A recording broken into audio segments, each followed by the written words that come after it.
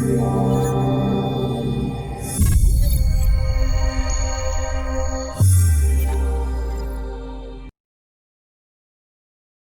and welcome back to part 2 of my exclusive interview with Mr. Tony Klinger.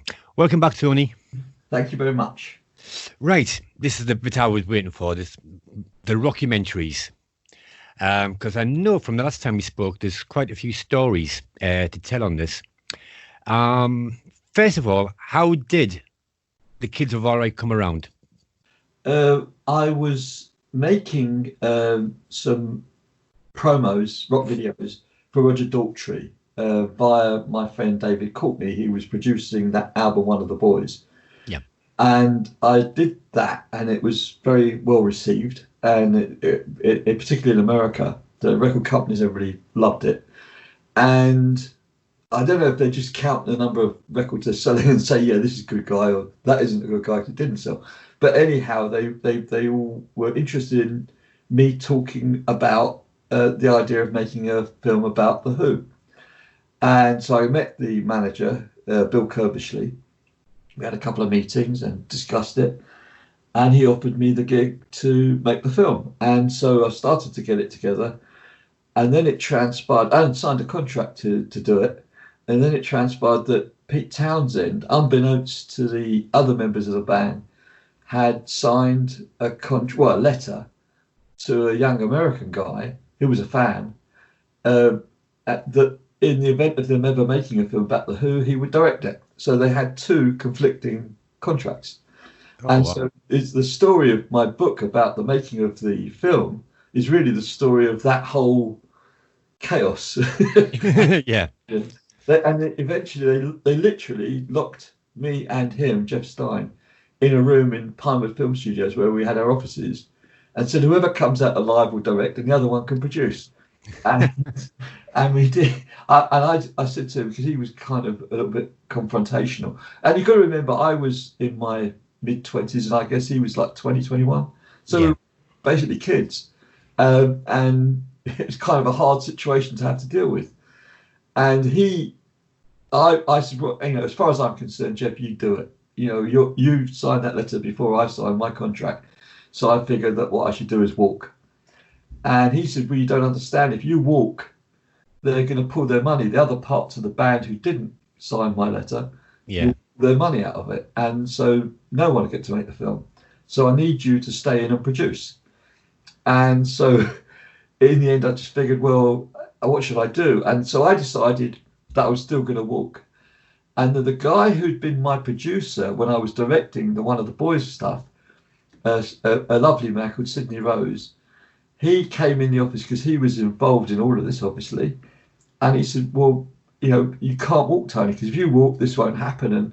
And then I'm ruined because I'm invested in this. I've got my kids going to school and I have to pay for the fees. And he literally dropped on the ground and did like the death scene from Camille. I mean, he literally looked like he was having a heart attack. And I got oxygen and a nurse. It was terrible. It was terrible. And I felt awful. And he was going like, Tony, you've got to do this. And I felt like awful for being such a shit. And I spoke to my wife over the phone. I said, I don't know what to do. And she said, well, it's only going to be like 6 months, is it? And I went, yeah. And she said, it's a good deal.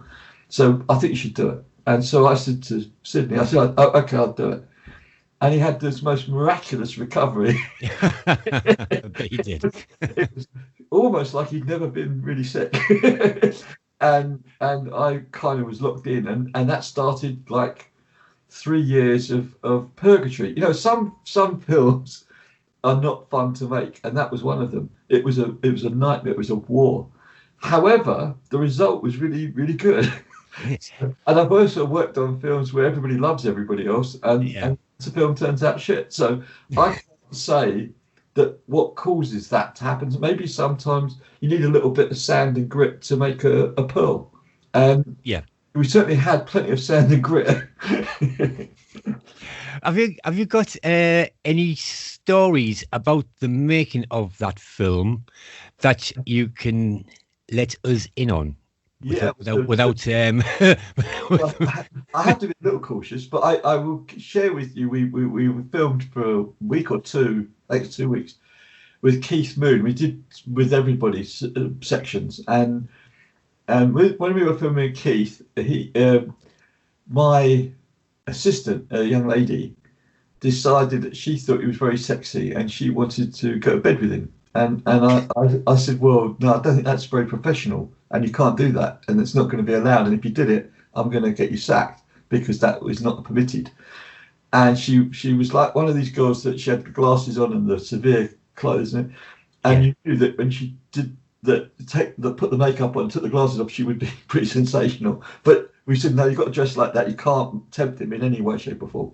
And Keith was a big fan of the Colombian marching powder, as you might have known. Yeah. And at the beginning of the week, he said, will you do me a favour and nip down to the studio? I won't name the studio. No.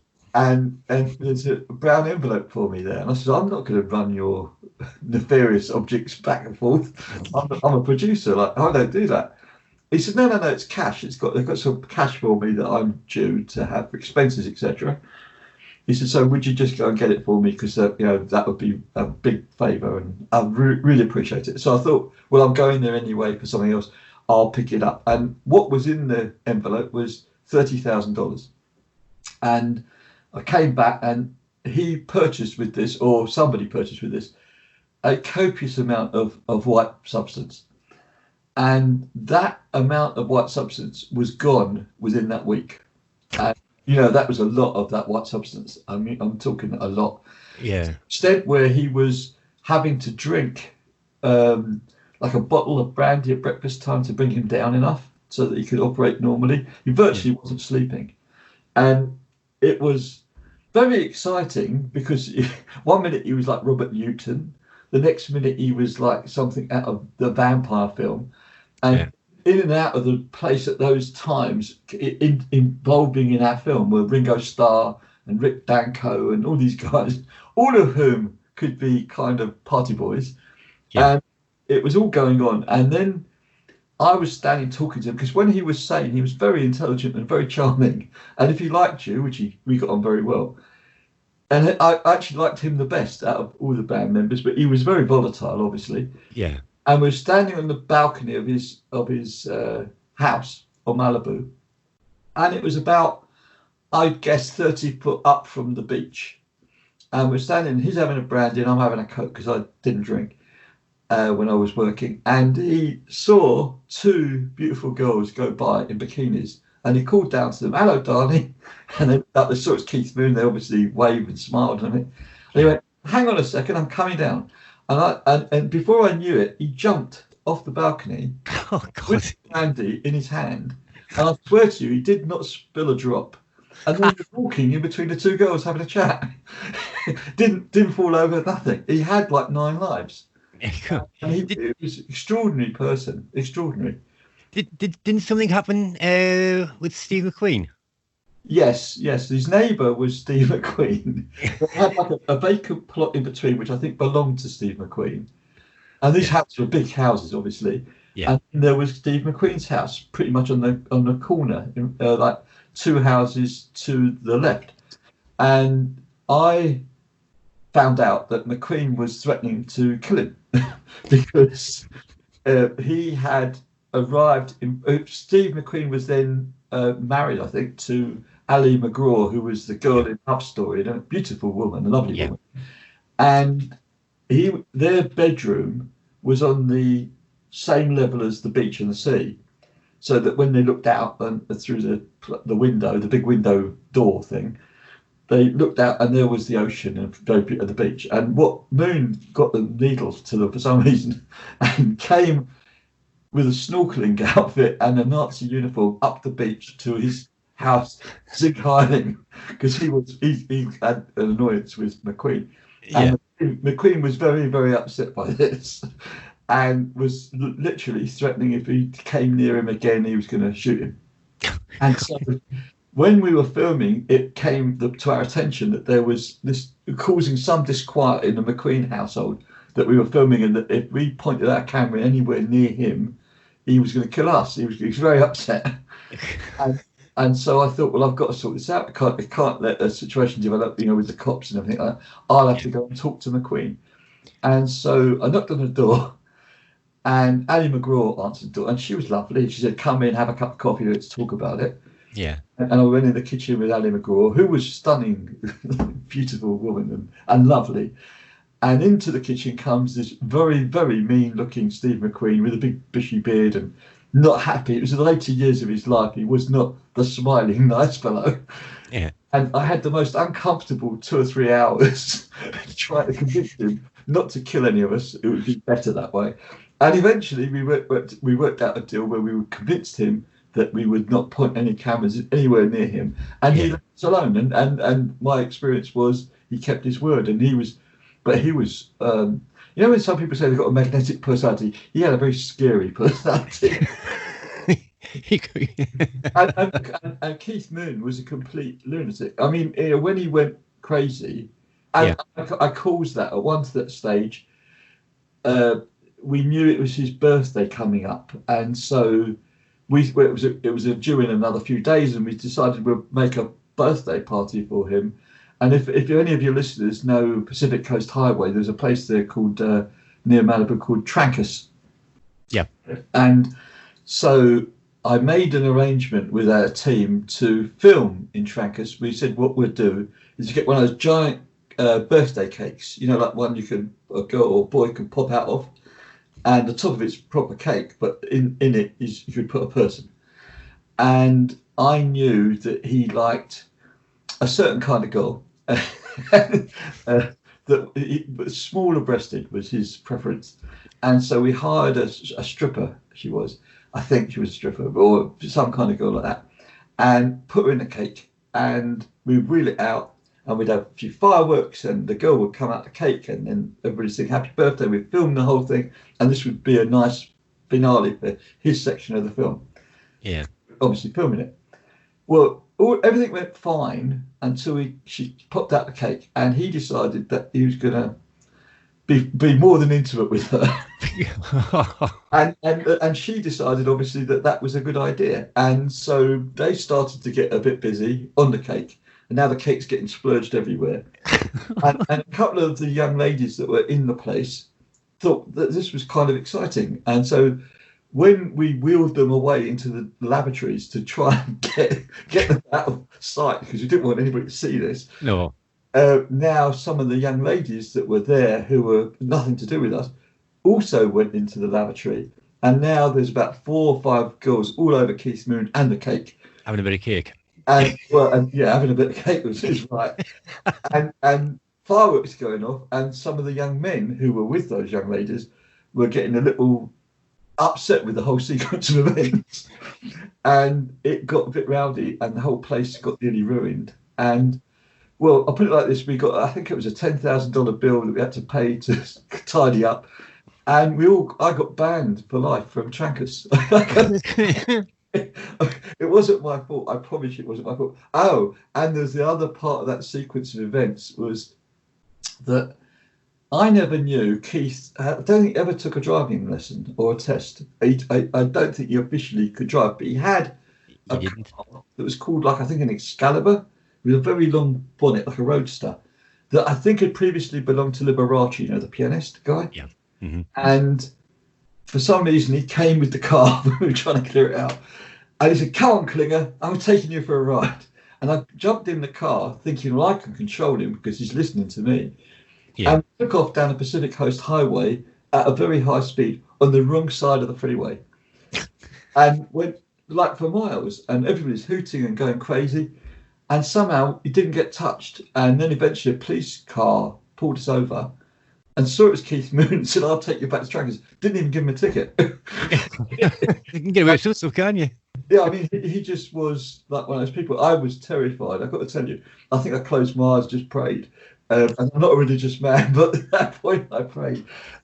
He was extraordinary. He would go from 0 to 100 in 2 minutes. And when the last part of his story for me was, 2 bits. There was one bit where we were showing the rough cut, the rough assembly of the film to the band for the first time in London. I think, or Shepperton Studio, somewhere like that. And we're all sitting there, and I see that they've got stopwatches. Each one of the band guys has got a stopwatch, and I'm thinking, what are they doing?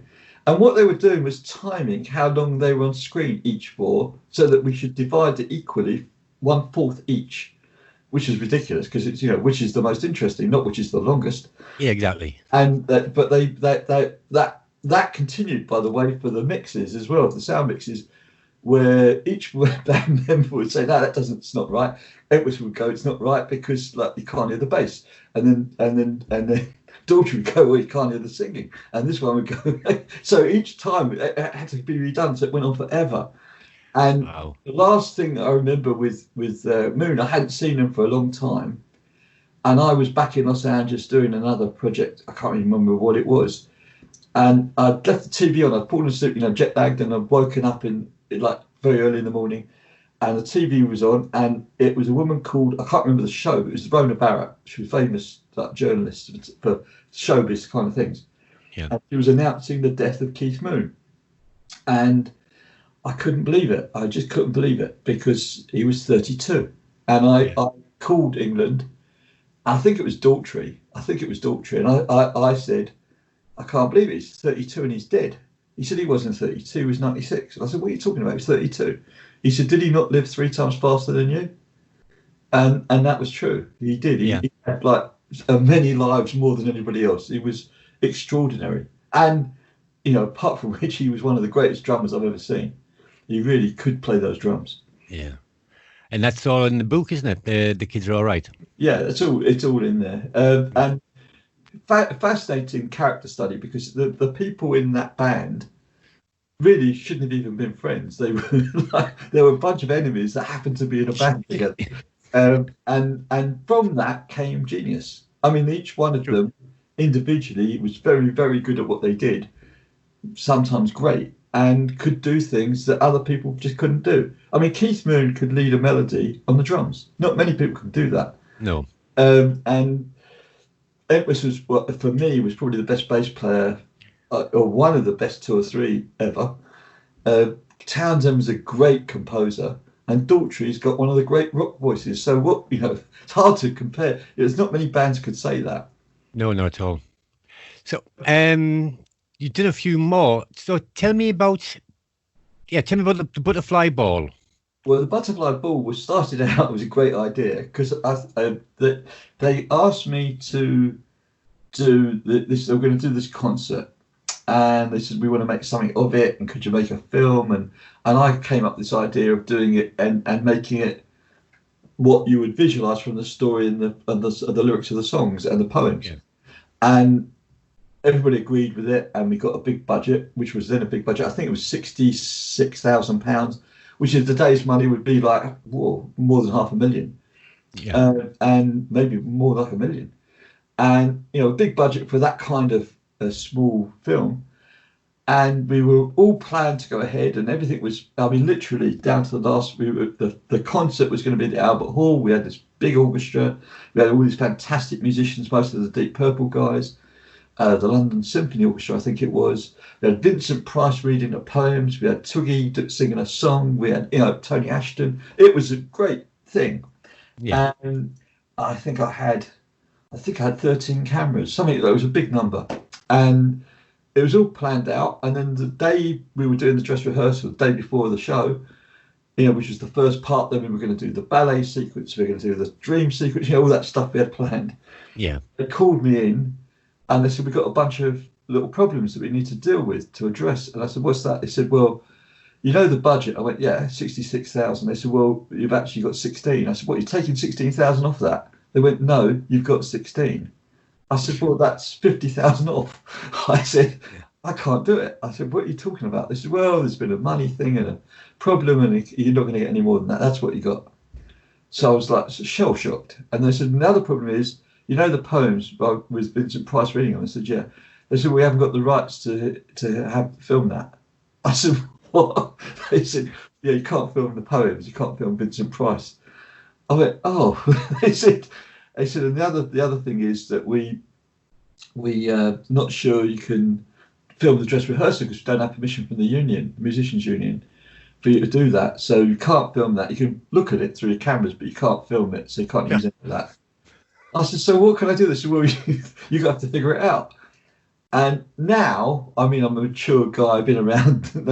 I would have walked. I would have just said, thank you very much, guys, but this is crazy. Instead of which I thought, oh, God, I've got to hire all these people. I'm responsible for them. I've got to try and make it work. And so as a consequence, like a fool, instead of we had the woman who was going to do, we were going to get the woman who did the costumes from Beatrix Potter, which was wonderful costumes, to do our costumes. But instead of that, I had to go to a fancy dress shop. That's a couple of thousand.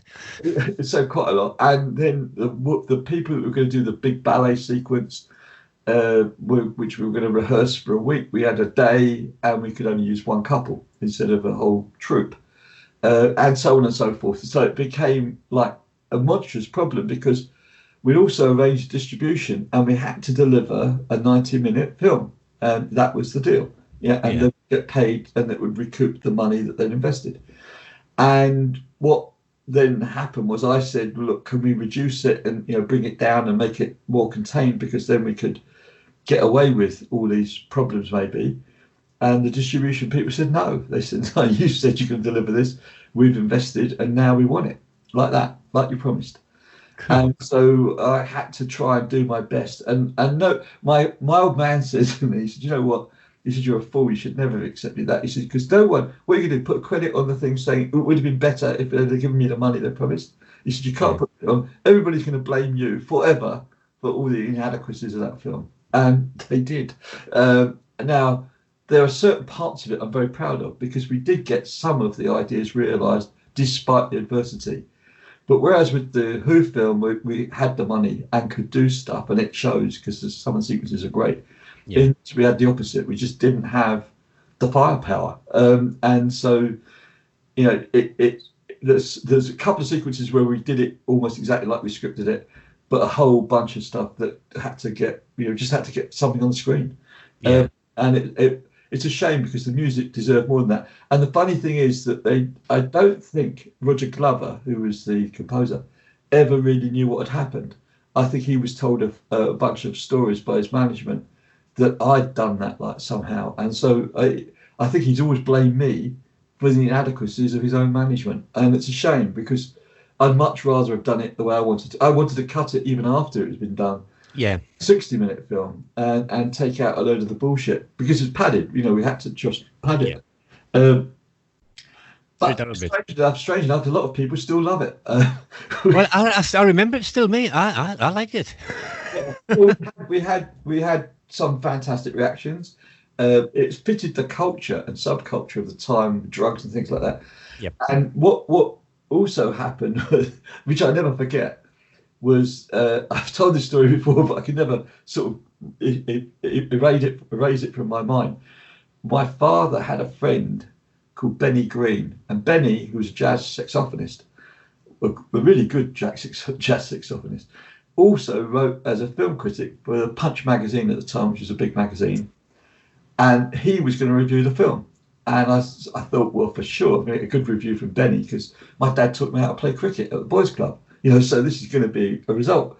Yeah. And I remember the first line of the review in Punch magazine was, I never knew butterflies had balls, and now I know they don't. It's engraved, it's like burnt in my mind, that one. And it's like, funny enough, I was saying to somebody else recently about critics, it's like we were talking about earlier with Get Carter. There are thousands, literally thousands, hundreds of thousands of people saying wonderful things about that film. I only remember the 3 or 4 that said something shitty. It's just human nature, I guess. But I'm the worst critic of that film because it was the most unrealised film potential. It could have been really tremendous. Could have been better than The Kids Were Right, actually, because it artistically had that kind of merit. But if you haven't got money, you can do so much with your imagination, which I think I did. Yeah. If you haven't got money, it's very hard. You need to go out and get sponsorship, don't you? Really, but then you get, because that's how these films now. It's all sponsorship. Yeah, we can't do it one day. I mean, it's like literally was told the day before we were actually doing it. Now you've got no money. There was no time to rectify it. The only Yeah. solution would have been to cancel it. Yeah, you should have walked, honestly, Tony. Yeah, In yeah, hindsight. yeah. I've made that mistake twice in my life, and it's when you confuse what you think would be you being a good guy and what is actually professional. And as a professional, you can't allow that to happen. Yeah. And you are committed, so the other side should be committed too. If not, then the commitment's two-way. You should be able to walk away. Yeah. Well, so apart from The Who in Deep Purple, you're actually associated with more musical singers. Elmer Bernstein, Maurice Jarre, Yeah, James Galway, Henry Mancini, Supertramp. yeah. Tell me, because I'm going to ask you about Supertramp after this one, because I think you've told me the story before, but people who have missed it, it's a classic story. But have you got anything you can tell me or share with me about Henry Mancini or Yeah, Maurice Jarre? yeah. I got asked to direct a show that they were going to do at the Barbican, and it was going to be Galway plays Mancini. So it's Jimmy Galway playing with Henry Mancini, the music of Henry Mancini, with the big orchestra. And so we came in there, everything was prepared, all the normal kind of setup you do, and dress rehearsal, all going fine. I was, I think, employed maybe because I'd worked with some big musical talent, and also because at the time, I probably couldn't do it now, I could read music fluently at the same time as I could direct cameras. So this was being done as like a live edit as we were doing it. And so it was all prepared. And when you rehearse that kind of thing, I think we did 2 rehearsals and a dress rehearsal. So rehearsal and dress rehearsal. You map it out. It's like you do like a sheet of this camera will be putting at this stage, that kind of stuff. And it was all perfectly mapped out, and the running order and the instrumentation, all the normal orchestration, all that normal stuff. And then Galway, who is like a little elf, he's like a mischievous twinkle in his eye. And I think he put Mancini up to it, came in with him, and he says, Hank and I have been talking. He said, and we just changed a couple of things. And they literally, this is just like a half an hour before we we're going to do the thing, changed the whole running order, the whole orchestration, the arrangements, everything. Wow. So I had to wing it. I had to literally wing it as we were. So like, I hopefully got kind of a good musical sense. So I'm kind of thinking, well, I know this one's going to go there. I think he's going to go with the trombones. He's going to go over there. And so it's literally just pretty much winging it. And it worked out great. It worked out fine. Mancini had also a mischievous sense of humour. And between the two of them, it was total mischief. And it went so well with the music, like the Pink Panther theme and things like that. It was just, It was a wonderful evening, a wonderful couple of days. It started off quite badly because when we were trying to get the big, what you call it, OB truck, outside broadcast truck, into the Barbican, I didn't know. It wasn't my job to know because I was directing, I wasn't producing. But you needed a smaller truck because it has a low ceiling. Whoever designed the Barbican for taking in equipment hadn't really thought it through. No. And so our truck literally got wedged into the tunnel going down underneath. Oh. And I didn't know what to do because I was thinking, like, how am I going to operate? I can't get in or out. And then some bright technical spark said, easy. And he went out and let the tyres down. And it was good fun. It was good fun. And both of them, I found that all the guys that I worked with in music, the overriding thing you remember is the talent and personality. You don't really remember the difficulties. You remember, look at that guy can do. And Galway certainly, and Mancini certainly fell within that category. Whereas, sometimes I remember when I picked up Elmer Bernstein, we were going to do, I was assistant or associate producer or something on the film Gold, and he was going to do the music. Yeah. And we flew him in from America, and I'd gone to get him from the airport, Heathrow, and I came to the gate place, and I'm standing there, and I've got this thing, a poster thing saying Elmer Bernstein, and a guy comes over to me who's obviously not him, but another American, and said, "You're waiting for Elmer Bernstein, right?" And I went, "Yeah, I've got this thing here," and he said, "Is he supposed to have written the music for your film like he said to us?" And I went, "Yeah, that's what we're getting him to record the next day or so." And he said, well, he said, he's only done like one tune and he did it on the back of a cigarette pack. And I heard him. He said, you've got like 4 bars. I went, what are you talking about? No, he's written the whole thing. We've got the whole score for a film. He went, no, you haven't. And he was right and I was wrong. Oh my! Arrived with nothing, and he was a brilliant man and a very nice fella. And I had to wheel him down to our fixer, who's a guy called Jack Fishman, famous guy in the music business. Yeah. And Jack brought him together with, I can't remember the guy's name, a terrific arranger. And overnight, they literally overnight concocted the entire score for that film. And I think one of the tunes got nominated for an Oscar, if I remember rightly. I think it's true. Yeah, I think it did. And it was totally winging it. From the back of a cigarette packet. Yeah, literally, his whole thing was on the back of I saw it. It was like a few bars of music on the back of a cigarette pack. And when you see people like that, and well, the other one I remember is Maurice Jarre, when we had him for the music for Shout at the Devil. Yeah. And I remember there's a sequence in the film, I don't know if you ever saw the film, where the Blucher, the big German battleship, is coming towards the raft on which Roger Moore and Lee Marvin are on, and it's going to smash it to pieces. And so the music, as it comes towards us, kind of Jaws-like, dun, dun, dun. And I look down and we've got this huge orchestra, like 70, 80 piece orchestra.